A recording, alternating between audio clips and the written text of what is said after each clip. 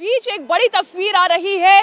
BJP के राष्ट्रीय अध्यक्ष जेपी नड्डा रामनाथ कोविंद से मिलने के लिए उनके घर पहुंचे हैं। देश के पूर्व राष्ट्रपति रामनाथ कोविंद, जो कि वन नेशन वन इलेक्शन की कमेटी के अध्यक्ष होंगे, उनसे मिलने के लिए जेपी नड्डा पहुंचे हैं। एक तस्वीर इस वक्त आप देख रहे हैं कि सरकार अपनी तैयारी पर लग गई है।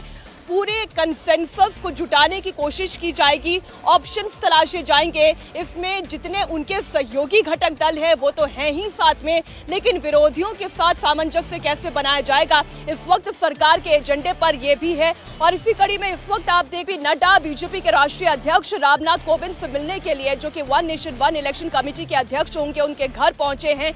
और एक तस्वीर आइए आपको दिखाते हैं इंडिया अलायंस के होने वाली बहुत महत्वपूर्ण बैठक से भी जुड़ी हुई, जहां पर उद्धव ठाकरे, लालू प्रसाद यादव, तेजस्वी यादव, इसके अलावा ममता बनर्जी, सभी लोग यहां पर मौजूद है। राहुल गांधी, अब से थोड़ी देर में मीटिंग भी मुंबई में शुरू होने वाली है। लेकिन पहले तस्वीर दिल्ली की, हमारे साथ संवाददाता भास्कर मिश्रा जुड़े हुए हैं। भास्कर, कंसेंसस जुटाना है, तैयारी करनी है कि किस तरीके से सरकार इस एजेंडे को लेकर आगे बढ़े। जरा बताइए, इस वक्त आप क्या तस्वीर देख रहे हैं? क्या जेपी नड्डा अकेले पहुंचे हैं मुलाकात करने के लिए रामनाथ कोविंद से? इस वक्त वहां पर क्या हलचल है? देखिए, आज ही सुबह ये जानकारी आई कि केंद्र सरकार के द्वारा एक राष्ट्र एक चुनाव को लेकर एक कमेटी बनाई गई और उसमें देश के पूर्व राष्ट्रपति रामनाथ कोविंद को चेयरपर्सन नियुक्त किया गया। और उसके कुछ ही देर बाद भारतीय जनता पार्टी के राष्ट्रीय अध्यक्ष जेपी नड्डा आते हैं रामनाथ कोविंद से मुलाकात करने के लिए। अभी से महज 2-3 मिनट पहले वो अंदर गए हैं मुलाकात करने के लिए। तो निश्चित रूप से ये मायने निकाले जा सकते हैं। और इस कमेटी के पास में जो बड़ी जिम्मेदारी होगी वो ये कि इसको लेके तमाम पॉलिटिकल पार्टियों में एक कंसेंसस बनाना, और उस कंसेंसस बनाने की शुरुआत कह सकते हैं कि देश की सबसे बड़ी पार्टी, दुनिया की सबसे बड़ी पार्टी के अध्यक्ष यहाँ पे पहुंचे हैं, वो अब उनसे मुलाकात करें, इस दिशा में इसको देखा जा सकता है। दूसरी तरफ 2018 में जो लॉ कमीशन की रिपोर्ट आई थी, उसमें भी सजेस्ट किया गया था कि कैसे हम पूरे देश भर में एक साथ चुनाव करवा सकते हैं, और उसको लेकर पहले से ही फ्रेमवर्क दिया गया था। उसमें कुछ पार्लियामेंट में संविधान संशोधन की बात जरूर कही गई थी, लेकिन वो प्रक्रिया बाद में शुरू होगी। उससे पहले तमाम पॉलिटिकल पार्टी जो है उसमें एक कंसेंसस बनाना।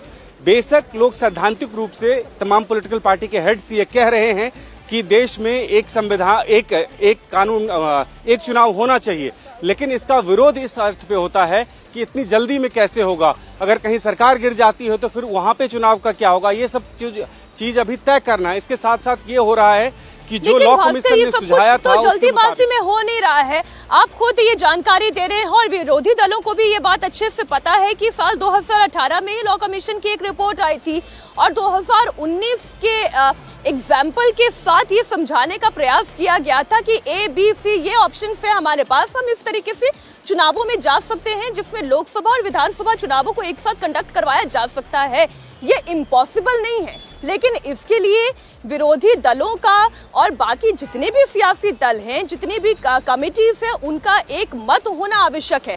तो अगर ये विरोधी दल कहने की कोशिश करे कि बहुत ज्यादा जल्दबाजी में हो रहा है और ये इम्पॉसिबल सिचुएशन है, तो ये तो होगा नहीं, और ना ही ये असंवैधानिक है। जैसे कि हम अधीर रंजन चौधरी को भी सुन रहे थे, हमारे साथ हमारे सहयोगी देवेंद्र पराशर भी जुड़े हुए।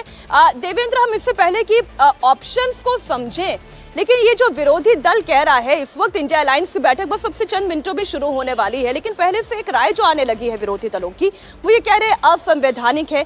तो असंवैधानिक तो कुछ भी नहीं है, इसके लिए संविधान संशोधन करना पड़ेगा और उन ऑप्शंस को लेकर एक कंसेंसस बनाना होगा।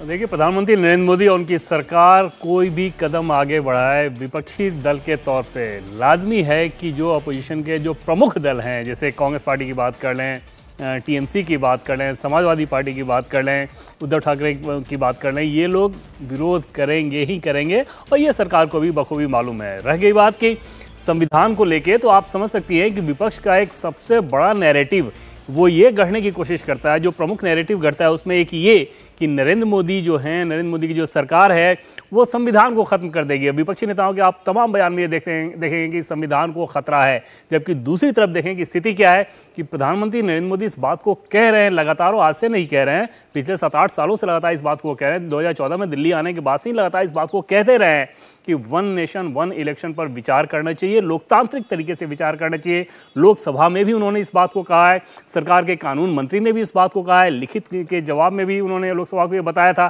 कि कमीशन ने जो जिन चीज़ों पर विचार किया उसमें क्या प्लस पॉइंट है, क्या माइनस पॉइंट है। ये सारी चीज़ें होते रही है और कोशिश यही है प्रधानमंत्री नरेंद्र मोदी की कि इस पर एक समिति बना के आगे बढ़ा जाए। इंडिया टीवी हर वक्त हर जगह डाउनलोड करने के लिए सर्च करें India TV news Google play store या ऐप स्टोर पर।